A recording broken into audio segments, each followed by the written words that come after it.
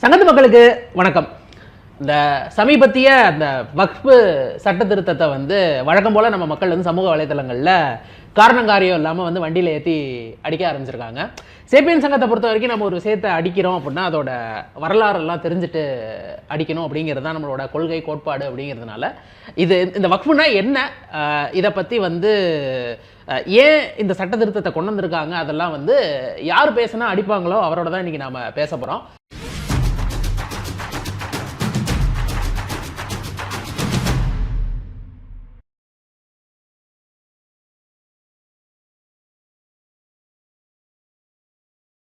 வணக்கம் ஸ்ரீதர். வணக்கம். இந்த சொல்லாடலில் வந்து நிறைய புத்தகங்களில் இதில் செய்தித்தாள்களில் படிக்கிறோம். எல்லாமே வந்து வக்ஃபு வாரியம் இந்த மாதிரிலாம் வந்து வரும்போது முதல்ல என்ன, ஏன்னா எனக்கு வந்து சீரியஸாக வக்ஃபு அப்படின்னா என்ன, அவங்க என்ன பண்ணுறாங்க அப்படிங்கிறது தெரியாது. அதை பற்றி சின்னதாக ஒரு சுருக்கம் சொல்லிடுங்க. வக்ஃப் அப்படின்னா அந்த வார்த்தையோட அர்த்தம் வந்து பார்த்திங்கன்னா ஒரு என்டோமெண்ட் அப்படின்னு சொல்லலாம். ஒரு மத காரியங்களுக்காக ஒரு சொத்தை ஒரு முஸ்லீம் வந்து எழுதி வைக்கிறது அப்படிங்கிறது பேர். நீங்கள் எழுதி வச்சிங்கன்னா அது வந்து மத காரியங்கள் தான் நிறையா இருக்கும். மசூதியாக இருக்கும், மதராசாக்கள் இருக்கும், இல்லை வந்து அவங்க ஒரு ஷெல்டர் ஹோம்ஸ் மாதிரிலாம் ரன் பண்ணுறாங்க, அந்த மாதிரி இருக்கும். அந்த ரம்ஜான் காலங்களில் அவங்க வந்து அரிசி மற்ற விஷயங்கள் கொடுக்குறாங்க. இந்த மாதிரி நிறைய விஷயங்களுக்கும் அதெல்லாமே வந்து பயன்படுத்துறதுக்காக கிரேவியார்ட்ஸ் அதெல்லாம் வந்து கல்லறைகள்லாம் ரன் பண்ணுறாங்க. அதற்கெல்லாம் சேர்த்து வந்து இந்த இது செலவு பண்ணுறதுக்காக இந்த இதை பயன்படுத்துவதற்காக ஒரு சொத்தை நீங்கள் எழுதி வைக்கிறீங்க அப்படின்னா வந்து அது வந்து வக்ஃபுடைய ஒரு ப்ராப்பர்ட்டியாக இருக்கும். இப்போ நம்ம ஊரில் வந்து நம்ம கோயிலுக்கு எழுதி வைக்கிறோம் அப்படின்ற மாதிரி இங்கே வந்து ஒரு ஸ்பெசிஃபிக்காக ஒரு கோயில் அப்படின்ற மாதிரி ஒரு இது இருக்குது, என்டிட்டி இருக்குது. அங்கே அந்த மாதிரி இல்லை அப்படிங்கிறதுனால அதையெல்லாம் நிர்வகிக்கிறதுக்காக ஒரு வக்ஃப் அப்படின்னு வந்து ஒரு போர்டு வச்சு அவங்க வந்து அந்த ப்ராப்பர்ட்டிஸ் எல்லாம் மெயின்டைன் பண்ணுவாங்க. அதனுடைய அட்மினிஸ்ட்ரேஷன், அந்த ப்ரொசீட்ஸு அதெல்லாம் வந்து மேனேஜ் பண்ணுறது அதை வந்து அந்த வக்ஃப் போர்டு. இது வக்ஃப் அப்படிங்கிறது வந்து ஏதாவது அந்த அப்ரிவியேஷன், ஏதாவது ஷார்ட் ஃபார்மா இல்லை அது ஒரு வேர்டு, அரபி, அது வந்து ஒரு வேர்டு. ஆமாம், அந்த வார்த்தையோட அர்த்தம் வந்து நீங்கள் பார்த்தீங்கன்னா ஒரு என்டோமெண்ட், ஒரு ரிலீஜியஸ் என்டோமெண்ட் அப்படின்ற மாதிரி நம்ம சொல்லலாம். அது ஹப்ஸ் அப்படின்னு இன்னொரு வார்த்தையும் இருக்குது அதுக்கு. இது அதுவும் அரபி, அதுவும் அதே வார்த்தை. இது வந்து வக்ஃபுங்கிறது ஒரு பொதுவாக பயன்படுத்துகிற இந்த மாதிரி விஷயங்களுக்கு பயன்படுத்துகிற டேர்ம். இது இதனுடைய ஆரம்பங்கள் எங்கேருந்து இருக்கு ஸ்ரீதர்? சரி, இது ஆரம்பம் நீங்கள் பார்த்தீங்கன்னா 7ஆம் நூற்றாண்டு 8ஆம் நூற்றாண்டுலேருந்து ஆரம்பிச்சிருச்சு. ஏன்னா வந்து இந்த மாதிரி ஒரு தானம் கொடுக்கறதுங்கிறது வந்து ஒரு இஸ்லாத்துடைய ஒரு 5 தூண்கள் அப்படின்னாங்க, 5 pillars ஆஃப் இஸ்லாம் அப்படின்வாங்க. 5 தூண்களில் ஒரு தூண் அப்படிங்கிறத சொல்கிறது. நீங்கள் வந்து உங்களுடைய வருவாயில் நீங்கள் ஒரு சதவிகிதம் வந்து ஒரு குறிப்பிட்ட விகிதம் வந்து நீங்கள் தானம் கொடுக்கணும் அப்படிங்கிறது ஜக்காத் அப்படிங்கிறது ஒரு முஸ்லீமுடைய கடமை.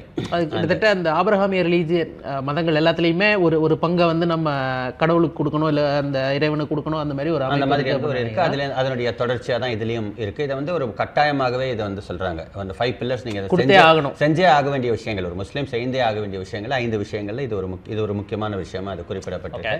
ஸோ அங்கேருந்து ஆரம்பிச்சிருச்சு. குரான்லேயே இதற்கான இதெல்லாம் இருக்கு. வெளிப்படையாக வக்ஃபு இந்த மாதிரி என்டோமெண்ட்னு இல்லைனாலும் அது இருக்கு. அதற்கு வந்து இதை தாண்டி, குரானை தாண்டி இவர் ப்ராஃபட் உடைய நபிகளுடைய வாழ்க்கையிலேருந்தும் கூட சில சம்பவங்களை எடுத்து அவர் வந்து இந்த மாதிரி நீங்கள் எழுதி வச்சிருங்க அப்படின்ற மாதிரி சில பேருக்கு அவருடைய கம்பெனியன்ஸ்கோ இல்லை வந்து மற்றவங்களுக்கு இந்த மாதிரி கேட்குறவங்க இந்த மாதிரி வந்து தானம் கொடுக்கணும்னு நினைக்கிறேன், எப்படி பண்ணுறது அப்படின்போது எழுதி வச்சிரு, அது வந்து அல்லாவுக்கு சொந்தமாக இருக்கட்டும் அப்படின்ற மாதிரி சொன்ன ஒரு சம்பவங்கள்லாம் இருக்குது. அது ஹதீஸ்லேருந்து மற்ற இதெல்லாம் இருக்குது. ஸோ அங்கேருந்து தான் இதற்குடைய வேர் அங்கேருந்து ஆரம்பிக்குது. அதற்கு பிறகு ஒவ்வொரு நாடுகள்லையும் இந்த மாதிரி எல்லாரும் எழுதி வைக்கும்போது அதை மேனேஜ் பண்ணுறதுக்கு கஷ்டமாக இருக்குது. அது எப்படி சென்ட்ரலாக மேனேஜ் பண்ணும்போது நிறைய பேர் இந்த மாதிரியான ஒரு ஆர்கனைசேஷன்ஸ் எல்லாம் சென்ட்ரல் ஆர்கனைசேஷனை நிறுவி பண்ண ஆரம்பித்தாங்க. முஸ்லீம் நாடுகளில் பார்த்தீங்கன்னா ஒரு 14, 13, 15ஆம் நூற்றாண்டுகளில் இந்த மாதிரி ஒவ்வொரு நாடுகள்லையும் இந்த மாதிரி ஒரு செட்டப் பண்ணி ஆரம்பித்தாங்க. அதனுடைய தொடர்ச்சியாக நம்ம ஊரில் இந்தியாவில் பார்த்தீங்கன்னா வந்து பிரிட்டிஷ் காலத்துலேயே 1913 வந்து ஃபஸ்ட்டு முசல்மான் வக்ஃப் ஆக்ட் அப்படின்னு வந்து ஒன்று செட்டப் பண்ணியிருக்காங்க. அது வழக்கம் போல் எல்லா பஞ்சாயத்துக்கும் அவங்க ஆரம்பிச்சது. கரெக்ட், பிரிட்டிஷ் தான் அவங்க எல்லாத்துக்கும் ஆரம்பித்தாங்க. அதுக்கப்புறம் 1935 அதை கொஞ்சம் மாடிஃபை பண்ணி அமெண்ட்மெண்ட் பண்ணாங்க, கொண்டு வந்தாங்க. அந்த முசல்மான் வக்ஃப் ஆக்டை மாற்றி இண்டிபெண்டன்ஸ்க்கு அப்புறம் அதை வந்து சரியாக நம்ம இண்டிபெண்டன்ட் இதுக்கு ஏற்ற மாதிரி மாற்றி கொஞ்சம் 1954 first government, democratically elected government, அவங்க வந்து ஒரு ஃபார்ம் பண்ணாங்க, வக்ஃப் போர்டு அப்படின்னு சொல்லிட்டு ஃபார்ம் பண்ணாங்க. அதற்கப்புறம் வந்து ஒரு 1995 நம்ம ஒரு கடைசியாக பண்ண ஒரு அமெண்ட்மெண்ட்டு அது இருக்கு. ஸோ இன்னைக்கு இந்தியாவில் வரைக்கும் பார்த்தீங்கன்னா வந்து கிட்டத்தட்ட ஒரு 30 வக்ஃப் போர்டுகள் இருக்கு, வக்ஃப் வாரியங்கள் இருக்கு. அதுக்கு அதில் சென்ட்ரல் வக்ஃப் கவுன்சில்னு ஒன்று இருக்கு. அவங்க தான் வந்து ஆர்பிட்டர். இது எல்லாத்துக்குமே. அந்த மாதிரி இன்னொரு ஒரு செட்டப் இருக்குது. இதில் தனியாக சுன்னி, முக்கால்வாசி சுன்னி பிரிவுடைய வக்ஃபு தான். இதில் ஷியாவிற்கு ஆகா கானி, அதாவது ஆகா கனின்னு சொல்லுவாங்க, ஆனால் இஸ்மாயிலிஸ் அவங்களுடைய அது ஒரு சிறுபான்மை பிரிவு. அவங்களுக்கு அது ஒரு போலீஸ் குரூப் மாதிரி அவங்களுக்கு ஒரு இது. அதே மாதிரி வந்து கரெக்ட். அதே மாதிரி அஹ்மதியா அந்த மாதிரியான சில சிறுபான்மையினருக்கு சில அவங்களுக்குன்னு தனியாக வக்ஃப் போர்டுகள் இருக்கு. இவங்க எல்லாத்தையும் வந்து சென்ட்ரல் வக்ஃப் கவுன்சில் வந்து அவங்க வந்து ஒரு ஆர்பிட்ரேஷன் இல்லை வந்து மேனேஜ் பண்றாங்க. அது அந்த பிரிவு முஸ்லிம்கள் அவங்க வந்து அவர்களுடைய சொத்துக்களை இந்த மாதிரி ஒரு அறக்கட்டளை மாதிரி ஒரு அமைப்புக்கு கொடுத்துருவாங்க. அவங்க இந்த சொத்துக்களை நிர்வகிப்பாங்க. இந்த மற்ற தர்ம காரியங்கள் இதெல்லாம் பண்றதுக்காக நிர்வகிப்பாங்க. சரி, இப்போ இந்த அமெண்ட்மெண்ட்டை வந்து ஏன் இப்போ நாம பேச வேண்டியது முக்கியமா இருக்கு? இந்த அமெண்ட்மெண்ட்டினுடைய வரலாறு என்ன? இப்போ இவங்க கொண்டு வந்து சட்ட திருத்தத்தினுடைய வரலாறு என்ன? இப்போ இதை டேபிள் பண்ணியிருக்காங்க. ஆக்சுவலாக போன வியாழக்கிழமை அதை வந்து பார்லிமெண்ட்ல டேபிள் பண்ணியிருக்காங்க. அதை வந்து அனலைஸ் பண்ணி அதை ஆராய்ந்து ஒரு ரிப்போர்ட் கொடுக்கறதுக்கு ஒரு ஜாயிண்ட் பார்லிமெண்ட்ரி ஜேபிசி ஒன்று கொடுத்துருக்காங்க. ஜாயிண்ட் பார்லிமெண்ட்ரி கமிட்டி ஒன்று அப்பாயிண்ட் பண்ணியிருக்காங்க. அவர்கள் வந்து ஐ திங்க் நெக்ஸ்ட் குளிர்கால கூட்டத்தொடருக்கு முன்னாடி அதற்கு ஒரு ரிப்போர்ட் கொடுக்கணும் அப்படின்னு சொல்லியிருக்காங்க. இதனுடைய வரலாறு என்னென்னா, இது பேஸ் என்னென்னா 1995 பண்ண சட்ட திருத்தம் வந்து வக்ஃப் கவுன்சிலுக்கு ஒரு நிறைய அதிகாரங்களை, வானளாவிய அதிகாரங்கள்னு சொல்லலாம். கரெக்ட், அது அந்த மாதிரி கொடுத்துருக்காங்க. ஸோ வக்ஃப் வந்து ஒரு கவுன்சில் வந்து ஒரு ப்ராப்பர்ட்டி வந்து இது வக்ஃப் அப்படின்ட்டாங்கன்னா முடிஞ்சிருச்சு. அதுக்கு வந்து நீங்கள் எதுவுமே அப்பீலே பண்ண முடியாது அப்படின்ற மாதிரி ஒரு நிலைமை இருந்திருக்கு. இதில் இருக்கிற ஒரு முக்கியமான பிரச்சனை வந்து நீங்கள் ஒரு ப்ராப்பர்ட்டியாக வக்ஃப் ப்ராப்பர்ட்டியாக சொல்கிறதுக்கு வந்து ஒரு நம்ம எப்போவுமே நீங்கள் சொத்து எழுதி என்ன பண்ணுவீங்க, டிடி எழுதுவீங்க இல்லை, பட்டா எழுதி வைக்கிறது தானே பேர். அது சொல்கிறதே வந்து எழுதி வைக்கிறது. ஆனால் நீங்கள் இஸ்லாமிக் ஜூரிஸ்ப்ரூடன்ஸ் பற்றி பார்த்தீங்கன்னா சொத்தை வந்து சொல்லியே வைக்கலாம். நீங்கள் சொல்லிட்டு இது இந்த சொத்து வந்து நான் வக்ஃபுக்கு கொடுத்துட்றேன் அப்படின்னு நீங்கள் அவர்கிட்ட சொல்லிட்டீங்கன்னா முடிஞ்சிருச்சு. அது வந்து அவங்களுக்கு சொந்தமாயிடும். அந்த மாதிரி அண்ட் சொந்தம் அப்படிங்கிறதுல ஒரு இன்னொரு என்னன்னா வந்து இப்போ நான் சொன்னேன் இல்லையா, ஒரு நபிகளே சொன்னாருன்னு சொல்லிட்டு வந்து இது சொத்தை வந்து அல்லாவுக்கு எழுதி கொடு. ஸோ வக்ஃபுங்கிறது வந்து இந்த வக்ஃப் போர்டுக்கு சொந்தம் இல்லை. இஸ்லாமிக் ஜூரிஸ்ப்ரூடன்ஸ் அவங்களுடைய சட்ட இதுபடி என்னன்னா அது வந்து அல்லாவுக்கு சொந்தம். இவங்க வந்து வெறும் நிர்வகிப்பாளர்கள். அந்த மாதிரி தான் அதனுடைய அர்த்தமே டெக்னிக்கலாகவே. ஸோ இப்போ நீங்கள் வந்து ஒரு விஷயம் அல்லாஹ்க்கு கொடுத்துட்டீங்கன்னா அதுக்கப்புறம் நீங்கள் எங்கே யாருக்கு மாற்ற முடியும்? அல்லாஹ் கிட்ட யாருக்கும் பேரை மாற்ற முடியாது. ஸோ அதை வந்து நீங்கள் இன்ஹெரிட் பண்ண முடியாது, அதை வந்து வேற எழுத முடியாது, ஒன்றுமே பண்ண முடியாது. அது வந்து அது பர்பெச்சுவிட்டி, அது அடுத்த இது வரைக்கும் உலகம் முடிகிற வரைக்கும் அது வந்து அல்லாஹ்வுக்கு தான் சொந்தமாக, அந்த வக்ஃபுக்கு சொந்தம் அப்படின்ற மாதிரி தான் இருக்கும். ஸோ அதனால் என்னென்னா வந்து இப்போ அந்த ஓரெல்லாம் ஒன்று சொல்லிட்டீங்க, வாய் வார்த்தையில் ஒன்று சொல்லிட்டீங்க அப்படின்னா வந்து அது அவங்களுக்கு சொந்தமாயிடும். ஸோ நிறைய வக்ஃப் ப்ராப்பர்ட்டி வந்து டீடே இல்லாமல் இருக்கும், வக்ஃபுக்கு சொந்தம் அப்படின்னு டீடே இல்லாமல் இருக்கும். ஸோ இது வந்து அவங்களுக்கு இதில் என்ன நிறையா கொஸ்டின் பண்ணுறாங்கன்னா, இது வந்து நிஜமாகவே வக்ஃபுக்கு சொந்தமாக அவங்க ஓவர்லாக் கொடுத்தாங்களா இல்லை இவங்க வந்து எடுத்துக்கிட்டாங்களா அப்படின்னு. எனக்கு இந்த இடத்துல ஒரு கொஸ்டின், நீங்கள் வந்து ஒரு வக்ஃபு போர்டு வந்து இந்த இடம் வந்து வக்ஃபுக்கு சொந்தம் அப்படின்னு சொல்லணும்னு சொல்கிறீங்கல்ல, இது நான் வந்து நிறைய ட்விட்டர்லையோ இதெல்லாம் பார்க்குறேன். அவங்க போய் வந்து யார் நிலத்தை வேணாலும் எடுத்துக்கிட்டு இது வந்து வக்ஃப் நிலம்னு சொல்லலாங்கிற மாதிரி ஒரு இது சொல்கிறாங்க. அது உண்மையா? அது அவ்வளோ ஈஸியாக பண்ணிட முடியாது. இப்போ வந்து இன்னொன்று வந்து வக்ஃபுக்கு கொடுக்குறதுங்கிறது வந்து இங்கே முஸ்லீம்ஸ் தான் கொடுக்குறாங்க, சரியா? ஸோ நீங்கள் ஒரு நிறைய பேர் சொல்கிறாங்க இந்த கோயில் நிலத்தை எல்லாம் எடுக்கிறாங்க அப்படின்னு சொல்கிறாங்க. கோயில் நிலத்தை எல்லாம் அந்த மாதிரி எடுக்க முடியாது. ஏன்னா வந்து அந்த கோயில் நிலத்துக்கு எழுதி வச்சிருக்கிறவங்க ஒரு இந்துவாக இருப்பாங்க.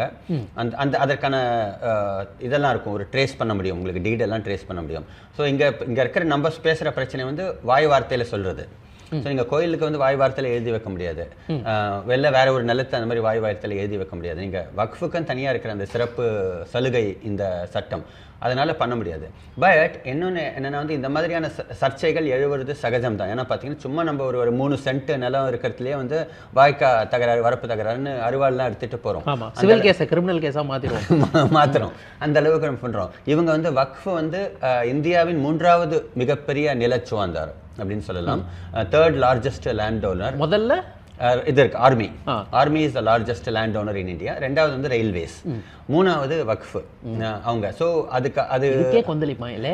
ஆமா, இதுவே ஒரு வந்து இவங்களுக்கெல்லாம் வந்து உறுத்திக்கிட்டு இருக்கு. ஆனால் இது வந்து நீங்க சொன்ன மாதிரி இது எல்லா வக்ஃப் அமைப்புகளோட மொத்த இதை எடுத்தாங்க. இது வந்து ஒரு தனி அமைப்புக்கு இவ்வளவு, இப்போ ரயில்வேஸ்ங்கிற ஒரே அமைப்புக்கு இவ்வளோ நிலம் இருக்கிற மாதிரி ஒரு வக்ஃப் அமைப்புக்கு இவ்வளோ நிலம் இல்லை. அது எடுத்து பார்த்தா ஃப்ராக்மெண்ட்டாக தான் இருக்கும்.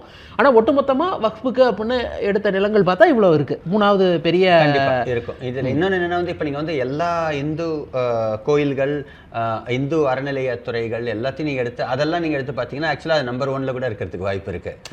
இந்தியால ஆர்மிக்கும் முன்னாடி அது இருக்கிறதுக்கு வாய்ப்பு இருக்கு. ஏன்னா அது வந்து ஃப்ராக்மெண்ட், நீங்க சொன்ன மாதிரி ஃப்ராக்மெண்டட், ஒவ்வொரு இதுவும் தனித்தனி என்டிட்டி அப்படிங்கிறதுனால அது வந்து பிரிஞ்சிருக்கு. ஆனா நீங்க சேர்த்து பொண்ணு பாத்தீங்கன்னா வந்து ரொம்ப ரொம்ப சொத்து அப்படின்னு நீங்க பாத்தீங்கன்னா கண்டிப்பா அந்த இந்து கோயில்கள் எல்லாத்தையும் சேர்த்தீங்கன்னா வந்து ரொம்ப ரொம்ப நிறைய இருக்கும். அதிகம் நம்பர் 1 ஆக்சுவலா இந்தியன் பட்ஜெட்டை விட நம்மளுக்கு கவர்மெண்டோட பட்ஜெட்டை விட அதிகமா இருக்கிறதுக்கு வாய்ப்பு இருக்கு. ஸோ அதனால வந்து நம்ம அந்த மாதிரி அப்படி சொல்றது வந்து ஒரு ரொம்ப ஒரு இன்கரெக்ட் ரெஃபரன்ஸ்னு நினைக்கிறேன். இந்த தேர்ட் லா இது வந்து எல்லாரும் சொல்றாங்க இது ஒரு டெக்னிக்கலி கரெக்ட் ஆக்சுவலா. ஏன்னா வந்து ஒரு சிங்கிள் போர்டு மேனேஜ் பண்ணுது கவுன்சில் அப்படிங்கிறதுனால. பட் அப்படி நான் எதுக்கு சொல்ல வந்தேன்னா அப்படி இருக்கும்போது அதில் நிறைய சர்ச்சைகள் வரும். சும்மா நான் சொன்ன மாதிரி ஒரு 3 சென்ட் நிலத்திலேயே பிரச்சனை வருது, வாக்கா தகராறு வருது. இது வந்து இவ்வளோ பெரிய இது லேண்ட் ஓனர்ஷிப் இருக்கும்போது வந்து அதில் கண்டிப்பாக வந்து டிஸ்பியூட்ஸ் இருக்கவே செய்யும், இருக்கவும் இருக்கு அது. ஆனால் அதை வச்சு நம்ம வந்து இதை வந்து இதனுடைய நிறத்தையோ இதனுடைய எதையோ வந்து நம்ம ஜட்ஜ் பண்ண முடியாது. கரெக்ட் தான். அப்படிங்கிறது தான் வந்து இப்போ ரயில்வேஸ் நீங்கள் பார்த்தீங்கன்னா நிறைய கேஸ் ஓடிட்டு இருக்கும். ரயில்வே லேண்டில் இல்லை வந்து ஆர்மிக்கு கூட கேஸ் ஓடிட்டு இருக்கும். நிறைய ஒரு இவ்வளோ ஏக்கருக்கு வந்து அவங்க ஆர்மி எடுத்துட்டாங்க, இல்லை பிரச்சனை இருக்கு, சர்ச்சை இருக்குன்னு ஓடி இன்னைக்கும் கேஸ் நடந்துட்டு இருக்கோம். நீங்க போய் பார்த்தீங்கன்னா ஸோ அது வந்து தனி, அதை வச்சு வந்து அவங்க ஏதோ தப்பு பண்ணிட்டாங்கன்னு சொல்ல முடியாது. இந்த ஒரு விஷயம் வந்து முக்கியமான பிரச்சனை இருக்கு. ஸோ இப்போ நம்ம 1995ல வந்து இந்த ஸ்வீப்பிங் பவர்ஸ் கொடுத்தோம்னு சொன்னோம் இல்லையா, அதை வந்து கட்டுப்படுத்துறதுக்கு இந்த அமெண்ட்மெண்ட்டை இன்னைக்கு சட்ட திருத்தத்தை கொண்டு வராங்க. அதுல முக்கியமான அமெண்ட்மெண்ட் வந்து இந்த மாதிரி நீங்க வாய் வார்த்தையில சொல்ல முடியாது.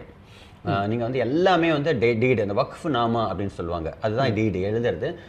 அந்த பட்டா வந்து நீங்க வக்ஃப் நாமா எழுதி, இப்போ ஒருத்தர் வந்து ஒரு முஸ்லீம் ஒரு செல்வந்தர் ஒரு சொத்தை வந்து நான் முஸ்லீம் இது வக்ஃபுக்கு எழுதி கொடுக்குறேன்னா அவர் வாயில ஃபோன் பண்ணிலாம் சொல்ல முடியாது, வாயில சொல்ல முடியாது. அவர் எழுதி வக்ஃப் நாமா எழுதி கொடுத்தாதான் அது செல்லும். அது ஒரு உயிர் எழுதுற மாதிரி ஒரு உயிர் எழுதி கொடுத்தாதான் அது செல்லும். இது ஒரு முக்கியமான ஒரு சட்ட திருத்தம்.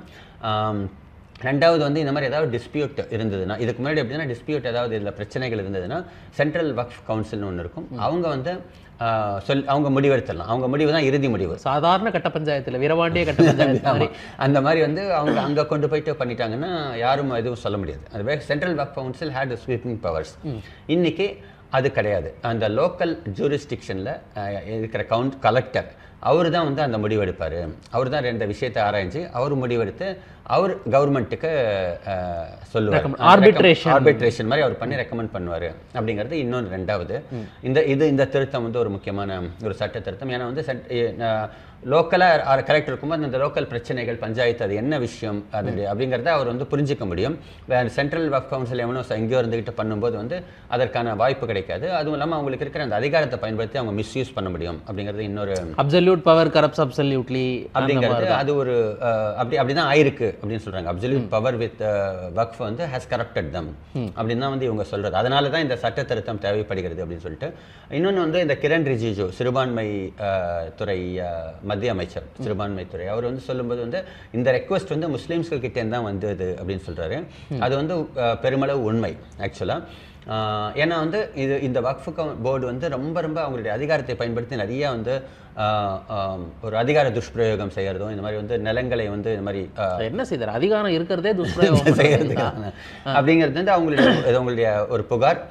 அப்புறம் வந்து இந்த சிறுபான்மையினரை வந்து முஸ்லீம்களுக்குள்ளேயே இருக்கிற சிறுபான்மை பிரிவினருக்கு வந்து இது கொடுக்கறதுல சுன்னியுடைய பிரிவினருடைய டாமினேஷன், அவர்களுடைய அதிகாரம் ரொம்ப ஓங்கி இருக்கு அப்படிங்கிறது இன்னொரு ஒரு புகார்.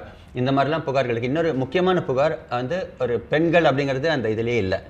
பெண்கள் ரெப்ரசன்டேஷன் ரொம்ப கம்மி. இருந்தாலும் அதை விட்டுருவோம், அதை பேச ஆரம்பிச்சா அது தனியாக போயிடும் ஒரு டாபிக்.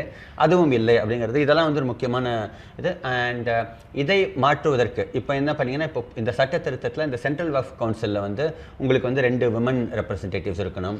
ஒரு போரா பிரிவு முஸ்லீம்கள் பிரிவு, அப்புறம் ஷியா, அப்புறம் ஆகா கானி, இவங்கெல்லாம் இருக்கணும் அப்படிங்கிறது ஒரு அவங்க சொல்லியிருக்கிற ஒரு சட்ட திருத்தம் கொண்டு வந்து. இதுவும் வந்து என்னை பொறுத்த வரைக்கும் ஒரு முக்கியமான நல்ல திருத்தம், சட்ட திருத்தம் தான் சொல்லுவேன். இந்த கலெக்டர் ஆர்பிட்ரேஷனும் வந்து ஒரு முக்கியமான ஒரு விஷயம் அப்படின்னு நம்ம சொல்லலாம். இன்னொன்று வந்து எல்லாமே டீடில் இருக்கணும். நீங்கள் ஓரலாலாம் பண்ண முடியாது. ஓரலாக வந்து 7ஆம் நூற்றாண்டு 8ஆம் நூற்றாண்டில் அது கொஞ்சம் வேலிடாக இருந்திருக்கலாம் அந்த காலகட்டத்துக்கு.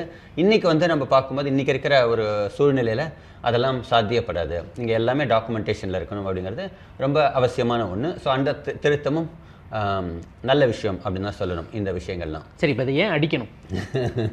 இதை ஏன் அடிக்கணும்னா இப்போ என்ன இந்த சட்ட திருத்தம் அமலுக்கு வந்த உடனே இப்போ இந்த வக்ஃபோட போர்டுடைய அந்த அசெட்ஸ் எல்லாமே வந்து எல்லாமே will come under the purview. இப்போ நீங்க வந்து இது வரைக்கும் நீ உங்ககிட்ட இருக்கிற சொத்தெல்லாம் உன் சொத்துப்பா, இனிமே இருக்கிற சொத்தெல்லாம் இந்த சட்டத்தின் படி தான் நீங்க நடந்துக்கணும்னு சொன்னீங்கன்னா அது ஓகே, ஓரளவுக்கு ஒத்துக்கிற மாதிரி இருக்கும். ரெட்ரோஸ்பெக்டிவ் ரெட்ரோஸ்பெக்டிவா நீங்க எல்லாமே ஸோ இப்போ நாம் சொன்ன மாதிரி வந்து ஓரலா வந்து நிறைய சொத்து எழுதி வச்சிருக்காங்க, கொடுத்து வச்சிருக்காங்க. ஸோ இப்போ வந்து டீடு இருக்காது அவங்கள்ட்ட, அந்த டீடு கரெக்டாகவும் இருக்காது, ப்ராப்பராகவும் இருக்காது. அப்போ நாளைக்கு வந்து நான் ஒரு நிலம் வந்து ஒரு பெரிய ஒரு நிலத்தை வந்து இது உங்களுக்கு இல்லை, வக்ஃப் இது இல்லை அப்படின்னு சொல்லும்போது அவங்களால எந்த டீடும் எதுவும் காட்ட முடியாத நிலைமையில இருக்கலாம். அப்போ அதை ஈஸியாக வந்து கவர்மெண்ட் வந்து அனெக்ஸ் பண்ணிக்கலாம். அந்த மாதிரி ஒரு ப்ராப்ளம் இருக்கு. அது ஒரு பிரச்சனை. ரெண்டாவது பிரச்சனை வந்து இப்போ நம்ம நிறையா சொல்லிட்டு இருக்கோம் இல்லையா, இந்த மசூதி வந்து பழைய கோயிலாக இருந்துச்சு, அதை இடிச்சுட்டு வந்து அவுரங்கசீப் கட்டினாரு, அவர் கட்டினாரு, கோரி முகமது கட்டினாரு, இந்த மாதிரியா சொல்லிட்டு இருக்கோம். இப்போ வந்து ஏதாவது ஒரு மசூதியை வந்து நம்மளுக்கு வேண்டிய மசூதியை வந்து இது வந்து கோயில், பழைய கோயில் போய் இதோட இதை காமிங்க, டீடு காட்டுப்பா அப்படின்னா வந்து லேண்ட் டீடு அவங்கள்ட்ட இருக்காது. அது யாரோ ஒருத்தர் அந்த 15ஆம் நூற்றாண்டில் யாரோ ஒருத்தர் எழுதி வச்சிருப்பார், ஒரு முஸ்லீம் செல்வந்தர். அதை அவங்க வந்து வெர்பலாக அதை மெயின்டைன் பண்ணிட்டு இருப்பாங்க. அப்போ வந்து இது உங்களது இல்லை பாடுன்னு லோக்கல் கலெக்டர் சொல்லிட்டாருன்னா அதை அப்படியே எடுத்து நீங்கள் வந்து கோயிலாக மாற்றிடலாம் ஈஸியாக. ஸோ எந்த கேஸ் இல்லை, தேவையில்லை, எதுவும் பண்ண வேண்டியதில்லை. இந்த மாதிரி ஒரு பிரச்சனைகள்லாம் வந்து அதில் வரத்துக்கு வாய்ப்பு இருக்குது. ஸோ அவங்க அந்த ரெட்ரோஸ்பெக்டிவாக பண்ணுறது அப்படிங்கிறத வந்து அந்த திருத்தம் வந்து கண்டிப்பாக இது ஜேபிசியில் ஜாயிண்ட் பார்லிமெண்ட்ரி கமிட்டிலேயோ இல்லை வந்து பார்லிமெண்ட்டில் இதில் வந்து மாற்றப்படும் நினைக்கிறேன் இந்த விஷயம். ஏன்னா வந்து இது வரைக்கும் நடந்ததை யாராலையும் மாற்ற முடியாது. அது நீங்கள் துஷ்பிரயோகமாக எதுவோ அதை வந்து மாற்ற முடியாது. இனிமேல் வரக்கூடிய வக்ஃபுக்கு சேரக்கூடிய இது சொத்துக்கள் யாரும் எழுதி வைக்கிறது, என்டோமெண்ட் எல்லாம் வந்து அது ப்ராப்பராக புது சட்டத்தின்படி நடக்கணும் அப்படின்னு சொல்கிறது கொஞ்சம் வந்து நியாயமானதாக இருக்கும் அப்படிங்கிறது தான் வந்து அதுதான் இதில் இருக்கிற முக்கியமான பிரச்சனை. அதை வந்து எல்லாரும் கண்டிப்பாக ஜேபிசியும் அதை தான் ரெக்கமெண்ட் பண்ணுவாங்கன்னு நினைக்கிறேன். நிச்சயமா. ஆக்சுவலாக இதை பற்றின ஒரு வரலாறே தெரியாமல் இருந்த எனக்கு வந்து ஓகே இதுலேருந்து தான் ஆரம்பிச்சிச்சு. இதெல்லாம் பண்ணி ஏன் இப்போ இது சிக்கலாச்சு, அந்த சிக்கலை தடுக்கிறதுக்காக இவங்க என்ன ட்ரை பண்ணுறாங்க, அது எப்படி சிக்கலாகுது வரைக்கும் வந்து நம்ம பேசிட்டோம். நிச்சயமாக வந்து பார்க்குறவங்களுக்கும் இந்த ஒரு ஃபுல் பிக்சர் கிடைச்சிருக்கும் அப்படின்னு நினைக்கிறேன். எஸ், இன்னொரு முக்கியமான ப்ராப்ளம் எல்லாரும் பயப்படுறது என்னன்னா வந்து நான் உள்பட எல்லாரும் பயப்படுற விஷயம் என்னன்னா வந்து ஒரு மத நடைமுறையில், மத சடங்குல நடைமுறையில் ஒரு பிரச்சனை இருக்குன்னா அதை நீங்கள் சீர்திருத்தறதுக்கு சட்டம் கொண்டு வரது நியாயமான விஷயம். அதனால எல்லாரும் ஆதரிக்கணும். ஏன்னா மதங்கள் நிறைய மத நடைமுறைகள், சடங்குகள் எல்லாமே பழையது, ரொம்ப ரொம்ப ரொம்ப நூற்றாண்டுகள் பழையது. ஸோ அது இன்றைய நவீன காலகட்டத்துக்கு ஒத்து வராது. ஆனால் நீங்கள் அதை மாற்றும் போது உங்களுடைய நோக்கம் வந்து நியாயமானதாக இருக்கணும். அதுதான் பிரச்சனை. ஏன்னா இப்போ வந்து இதுக்கு ஒரு முக்கிய உதாரணம் எல்லாரும் சொல்கிறது வந்து முத்தலாக், இன்ஸ்டன்ட் தலாக்னு சொல்கிற அந்த முத்தலாக் வந்து ஒரு கொடூரமான ஒரு பழக்கம். அது பழைய பழக்கத்துலேருந்து ஆரம்பிச்சது, அது அப்படியே தொடர்ந்து வந்துட்டு இருந்துச்சு. அது சுப்ரீம் கோர்ட்டே வந்து கவர்மெண்ட் கிட்ட சொல்லி அதை மாற்றுங்கயா, சட்டத்தை அதை நிறுத்துங்கயான்னு சொல்லி சுப்ரீம் கோர்ட்டே அவங்கள்ட்ட கவர்மெண்ட் கிட்ட புலம்புற நிலைமைக்கு போயிடுச்சு. அதுக்கப்புறம் கவர்மெண்ட் வந்து வந்தாங்க. ஸோ அப்போல்லாம் என்னை மாதிரி யாரெல்லாம் ஆதரித்தோம், அதை வந்து தடை செய்யறது, முத்தலாக்கை தடை செய்யறதை ஆதரித்தோம். ஸோ கவர்மெண்ட் என்ன பண்ணியிருக்கணும், அதை ஆக்சுவலாக தடை பண்ணியிருக்கணும். ஓகே, அது வந்து முத்தலாக் செல்லாது, அவ்வளோதான், அது வந்து ஒரு டிவோர்ஸ் கிடையாது அப்படின்னு சொல்லி தான் முடிஞ்சு போச்சு. அவங்களுக்கு பெருசு எதுவும் பண்ண வேண்டிய அவசியம் இல்லை. அவங்க என்ன பண்ணிட்டாங்க, இதுதான் சான்ஸ் இவங்களை அடிக்கிறதுக்கு அப்படின்னு சொல்லிட்டு அது முத்தலாக்கை வந்து ஒரு தண்டனைக்குரிய குற்றமாக மாற்றிட்டாங்க. நீங்கள் ஒரு முத்தலாக் சொன்னீங்கன்னா வந்து உங்களுக்கு வந்து 5 வருஷம் சிறை தண்டனைன்ற மாதிரி கொண்டு போயிட்டாங்க. அது வந்து அனாவசியமானது.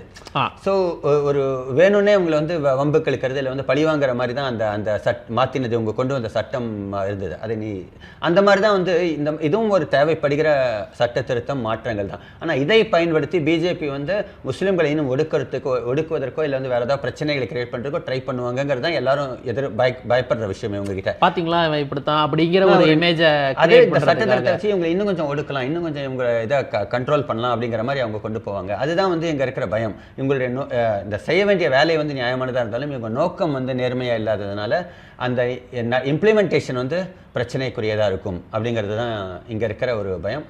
அந்த ஒரு பயத்தை வந்து போக்குவதற்கு மத்திய அரசு முயற்சி செய்ய வேண்டும்.